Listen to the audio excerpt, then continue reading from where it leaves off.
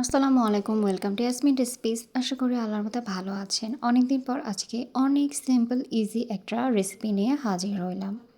আজকে বানাবো ভেজ পোলাও। আমি যেভাবে বেসিক্যালি বানিয়ে রাখি ভেজ পোলাও, সেভাবে রেসিপিটি আজকে শেয়ার করব আপনাদের সাথে। প্রথমে প্যানে তেল এবং বাটার দিয়ে দিব বা ঘি ইউজ করতে পারেন, এবং গোটা গরম মশলা দিয়ে দিব।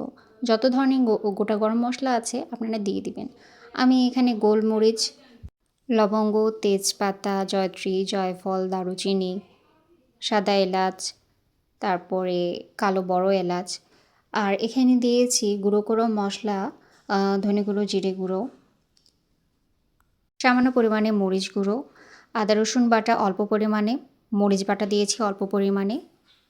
আপনারা যতটুকু বানাবেন পোলাও সেই হিসেবে মশলার অ্যামাউন্টটা দিয়ে দেবেন। এই জন্য আমি মশলার অ্যামাউন্ট কতটুকু ইউজ করেছি মেনশন করে নিই। এবং সবজিগুলো আমি আমার পছন্দ মতো দিয়েছি, মটরশুঁটি, গাজর, ব্রকলি, ফুলকপি। তো আপনারা আপনাদের পছন্দ মতো দিয়ে দেবেন। এখন সবজিগুলো দিয়ে আমি কিছুক্ষণ নাড়াচাড়া করে নেব।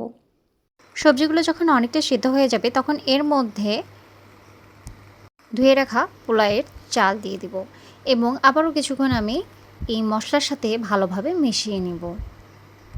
কিছুক্ষণ মশলার সাথে মেশানোর পরে আমি লবণ দিয়ে দিব, আগে লবণ দিব না। লবণ দিয়ে আবারও আমি কিছুক্ষণ নাড়াচাড়া করে নিব। এরপরে পরিমাণ মতো পানি দিয়ে মিডিয়াম টু লো হিটে পোলাও রান্না করতে বসিয়ে দিয়ে দিব।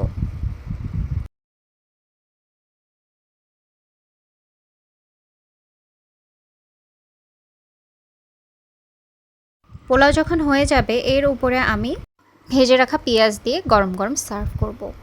তো আশা করি রেসিপিটি আপনাদের ভালো লেগেছে। কেমন হয়েছে অবশ্যই জানাবেন। সবাই ভালো থাকবেন। আল্লাহ হাফেজ।